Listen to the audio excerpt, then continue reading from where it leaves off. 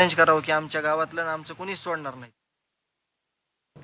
आणि आता या क्षणाची सर्वात मोठी बातमी, मुख्यमंत्र्यांनी धनंजय मुंडेंना राजीनामा देण्यास सांगितलंय। तर काल देवगिरी बंगल्यावर अजित पवार आणि मुख्यमंत्री देवेंद्र फडणवीसांची महत्त्वाची बैठक झाली आणि त्यानंतर आता ही महत्त्वाची बातमी पुढे येते।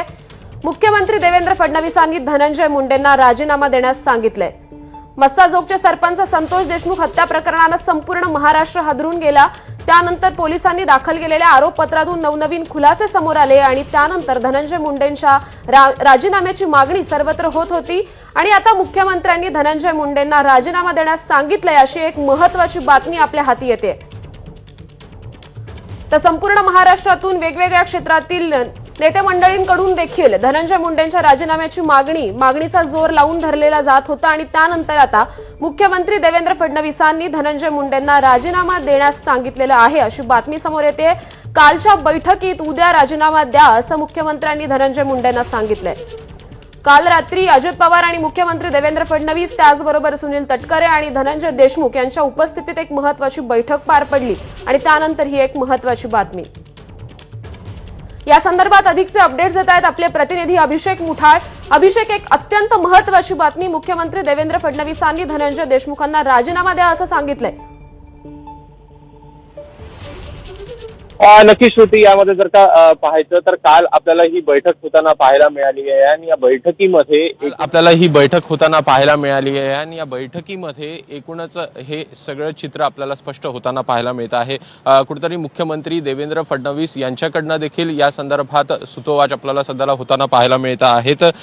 काल स्वतः मुख्यमंत्री देवेंद्र फडणवीस हे धनंजय मुंडे यांच्याशी बोललेले आहेत आणि त्यांना कुठेतरी राजीनामा देण्यासंदर्भात देखील सांगण्यात आलेलं आहे। एकूणच नैतिकतेच्या या सगळ्या गोष्टींवर सगळी चर्चा आपल्याला चर्चा होताना काल पाहायला मिळालेली होती आणि त्यामुळेच कुठेतरी मंत्री धनंजय मुंडे यांचा राजीनाम्यासंदर्भात देखील चर्चा जी आहे ती होताना आपल्याला पाहायला मिळालेली आहे। एकूण काल रात्री उशिरा देखील मुख्यमंत्री देवेंद्र फडणवीस हे अजित पवार यांच्या बंगल्यावर आपल्याला गेल्याचं पाहायला मिळालेलं होतं। साधारणपणे 1.5 तास या संदर्भात चर्चा देखील आपल्याला होताना पाहायला मिळालेली आहे आणि या चर्चेमध्ये एकूणच ह्या सगळ्या गोष्टी क्लिअर कट होताना दिसत आहेत।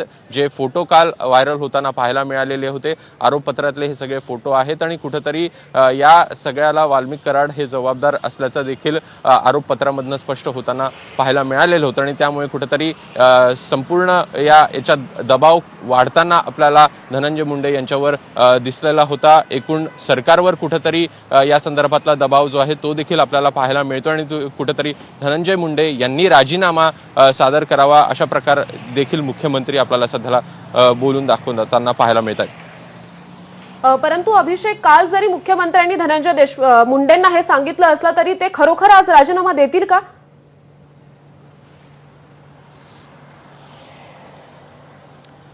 नक्कीच हे पाहावं लागेल। एकूण मुख्यमंत्री देवेंद्र फडणवीस हे राज्याचे प्रमुख आहेत आणि अशा वेळी प्रमुखांनी जर का तुम्हाला राजीनामा सादर करण्यासाठी सांगितलं असेल तर मंत्री धनंजय मुंडे यांना आपला राजीनामा हा सादर करावा लागेल। त्यामुळे आज ते या संदर्भात काय निर्णय घेत आहेत हे बघणं देखील महत्त्वाचं असणार आहे। काल देखील जर पाहायचं तर या संदर्भात मुख्यमंत्री हे बोललेले होते। दुसरीकडे धनंजय मुंडे यांना कुठेतरी टाळण्याचा प्रयत्न अजित पवार असतील किंवा मग देवेंद्र फडणवीस असतील हे देखील आपल्याला चहापानाच्या वेळी दिसलेलं होतं की कुठेतरी ते टाळण्याचा प्रयत्न करत आहेत आणि एकूणच ह्या सगळ्या कालच्या घटनांवरनं हे आता स्पष्ट होताना दिसतं आहे की मुख्यमंत्री देवेंद्र फडणवीस यांना देखील मंत्री धनंजय मुंडे हे आपल्या कॅबिनेटमध्ये नको आहेत। एकूणच कुठेतरी दबाव तंत्र जो आहे त्याचा वापर करण्याचा प्रयत्न आपल्याला होताना पाहायला मिळालेला होता आणि ह्या सगळ्या गोष्टी